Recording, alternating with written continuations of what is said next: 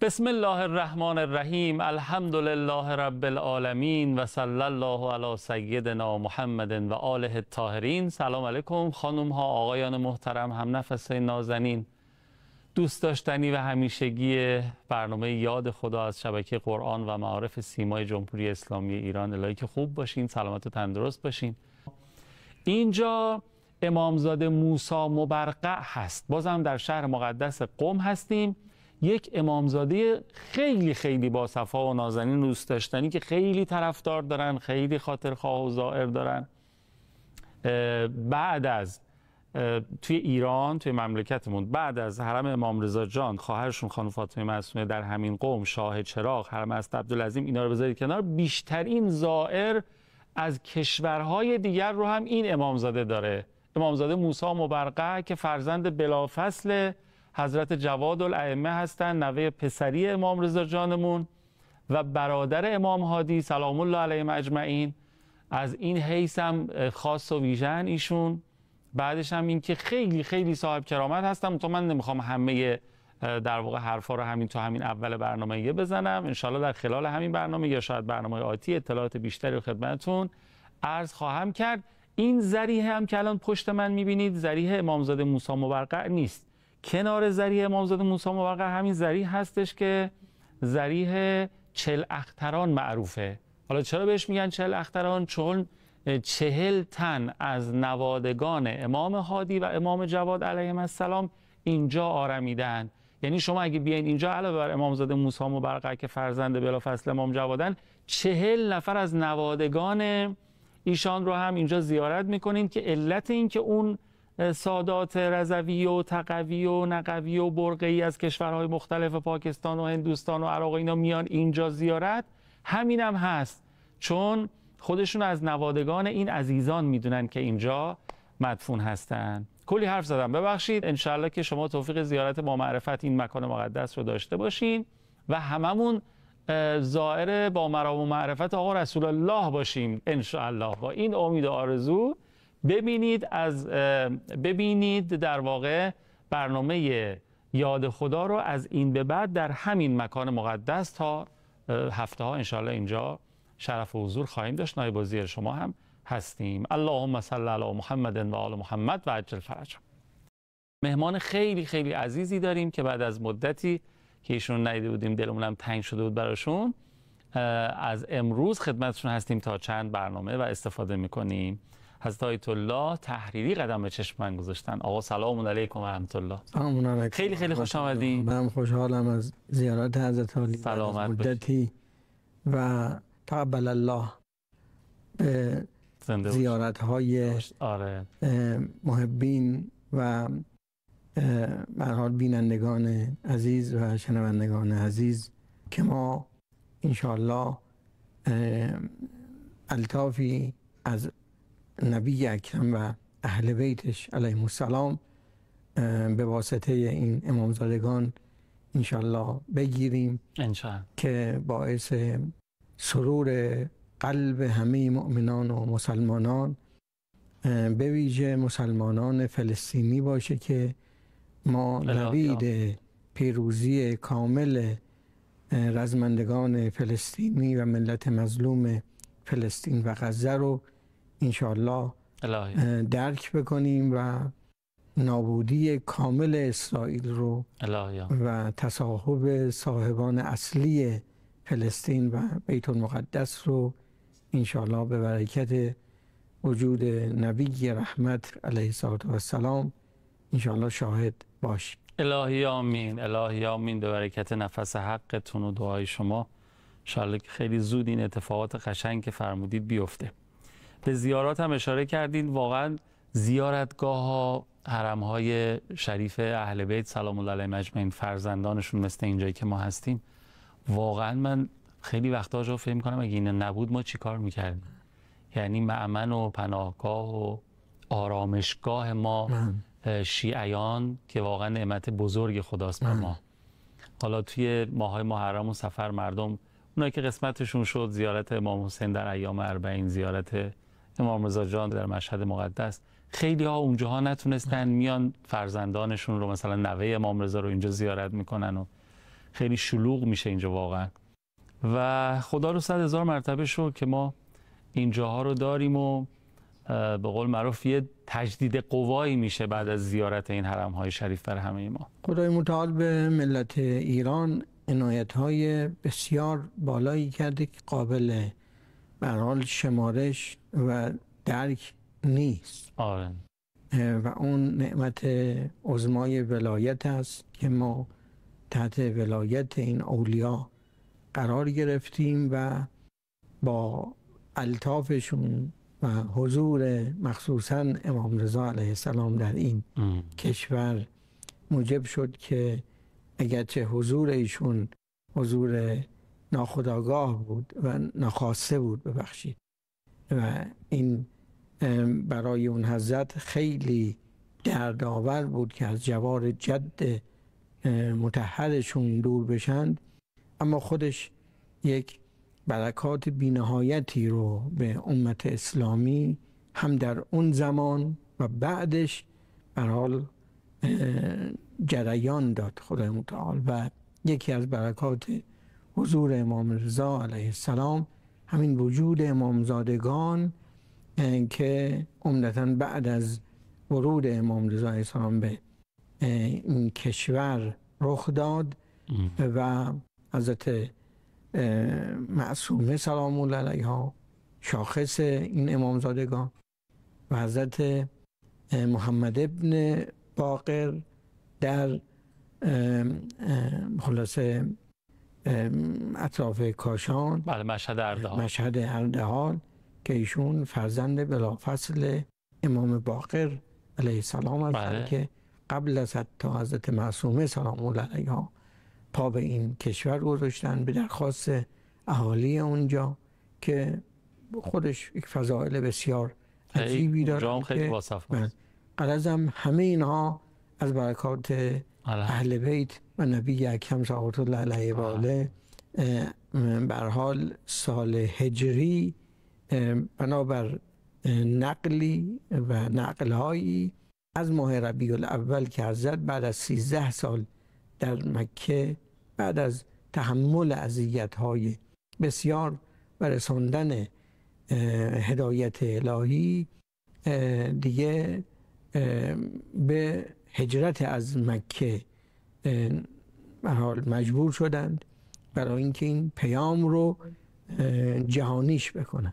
و این هجرت اگرچه به نوعی ناخواسته اون حضرت بود، از زادگاهشون ایشون هر حال از محلی که به هر حال وحی نازل شد، قرآن به اون حضرت داده شد که جایگاه بسیار بزرگی است که مکه معظمه از اول خلقت این عالم بنا شده. بله. و به هر حال اما این هجرت یک به هر حال مزایا و نعمت‌های بیکرانی رو به بار آورد که در این خلاصه هجرت فضائل امیرالمؤمنین علی علیه السلام نمایان شد که به هر حال مشرکین در پی اون حضرت بودن که در هر جا که هستن نبی اکرم صلوات الله علیه و آله رو پیدا بکنن و به قتل برسونن و 40 قبیله با همدیگه دست به یکی کردن. عجب. که خون اون حضرت رو بریزن به گونه‌ای که دست یک قبیله به تنها به خون اون حضرت رنگین نباشه که بنی هاشم و هاشمیین بتوانند با اون قبیله مقابله بکنن، با 40 قبیله که نمیتونن مقابله بکنن.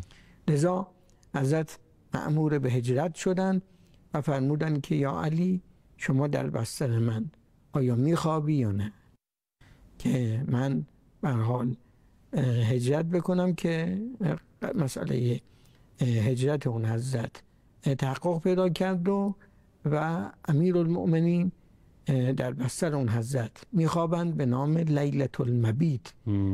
خلاصه نامیده میشود این شب و در فضیلت این خوابیدن خدای متعال این آیه رو نازل میکنه ان الله اشتری من المؤمنین انفسهم بان لهم الجنه. این در فضیلت امیرالمؤمنین علیه السلام که جانش رو خدای متعال میخرد و بهش را که حقیقت امیرالمؤمنین علیه السلام است برای او قرار میدهد و سوال میکنند که آیا من بخوابم شما جان مبارکتون در سلامت خواهد بود؟ حضرت می‌فرمایند بله، حال که عیبی نداره. و مشرکین حمله میکنن به عنوان اینکه اون حضرت رو در بستر پیدا بکنند و با شمشیرهای کشیده یک مرتبه امیرالمؤمنین علیه السلام سر بلند میکنه و در حال تیرشون به هدف نمیخوره و ظاهرا حضرت رو یه مقداری کتک میزنند و اما دیگه اون حضرت به هر حال هجرت رو انجام میدن. به هر حال امیرالمؤمنین علیه السلام موظف میشوند که به هر حال بدهکاری های نبی اکرم صلی الله علیه و آله رو بدند و عده‌ای از زنان رو همراهی بکنند. فواطم را از جمله مادر بزرگوارشون حضرت زهرا سلام الله علیها و عده‌ای رو به هر حال ایشون بعد از اینکه نبی اکرم صلی الله علیه و آله به هر حال به مکه و مسجد قبا رسیدن که بعدا مسجد شد، بله، به نبی اکرم صلی الله علیه و آله ملحق بشن. این در واقع پیامبر اونجا صبر کردن که امیرالمومنین بهشون برسه. بله بله. تو همون فاصله هم مسجد قبا ظاهرا ساخته. اینا خیلی هر کدومش جای فکر و تأمل و حرف داره. یه دنیا هم سرنوشت ساز برای اسلام و عالم اسلام و عنایت‌های الهی است. داشتم فکر کردم این ماجرایی که تعریف کردید هر جزش واقعا میشه خیلی راجبش فکر کرد و چقدر مفاهیم و معانی بلندی درش هست. اگر اجازه بدید ما یه فاصله بگیریم، برگردیم، بعد مفصل بریم وارد بحث اصلی ما بشیم. اجازه هست؟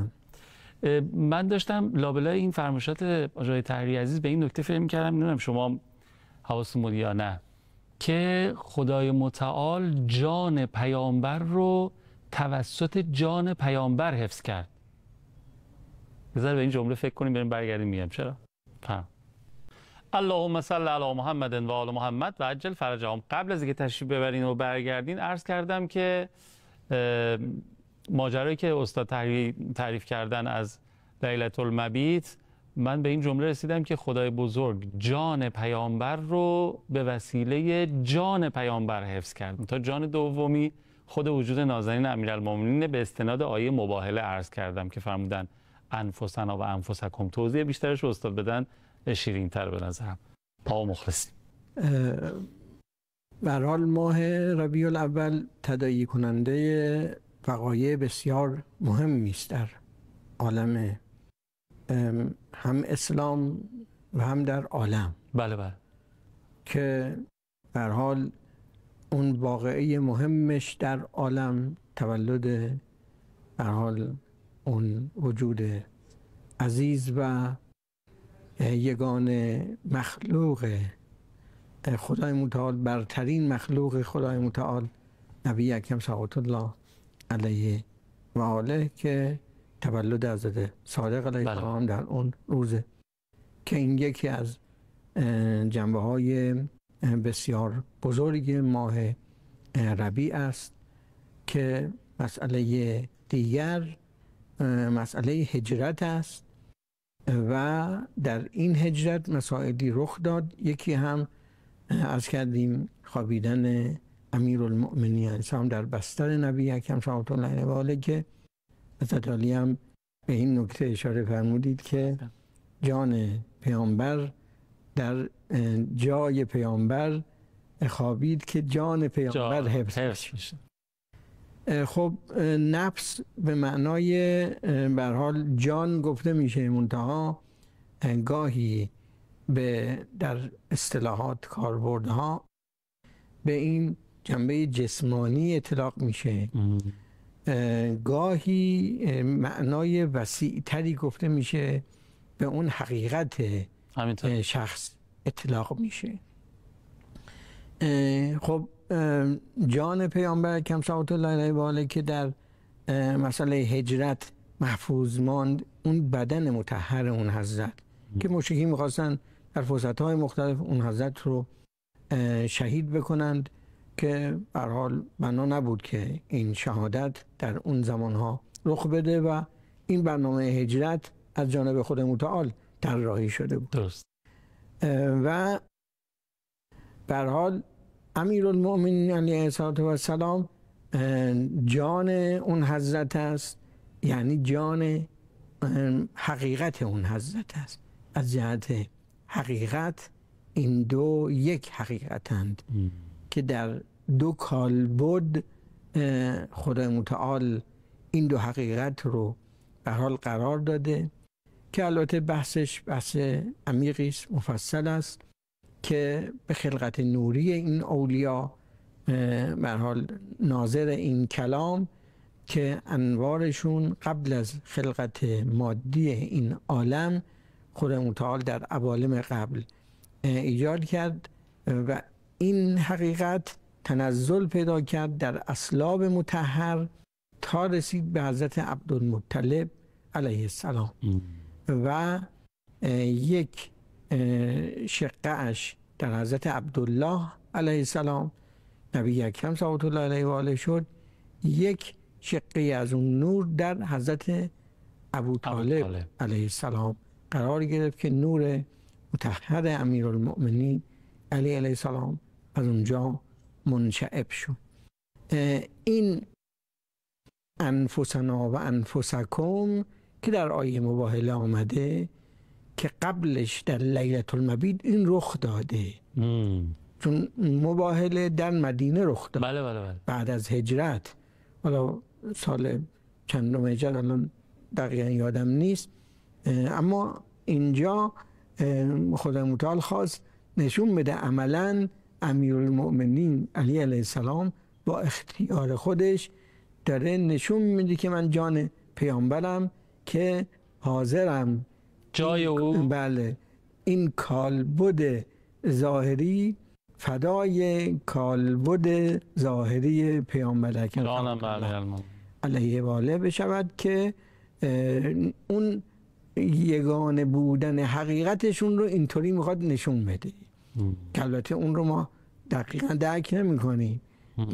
طبق روایات اینا یه اجمالی رو بنده عرض کردم به برکات این ماه و مرحال تلألؤ نور نبی اکرم صلوات الله علیه و آله که شما این بحث رو مطرح کردید که و مسئله معراج هم یکی از مسائل بسیار مهمه که نوعی اعجاز نبی اکرم صلوات الله علیه و آله است و اثبات حقانیت اون حضرت است که آیاتی از قرآن کریم سوره نجم که این معراج رو اصلا به صورت خاص بیان میکنه و اول سوره اسراء هم بیان میکند که البته چند تا معراج نبی اکرم صلوات الله علیه و آله داشتن، از مسجد الحرام تا بیت المقدس به طور قطعی معراج جسمانی واقع شده است که همه قبول دارن،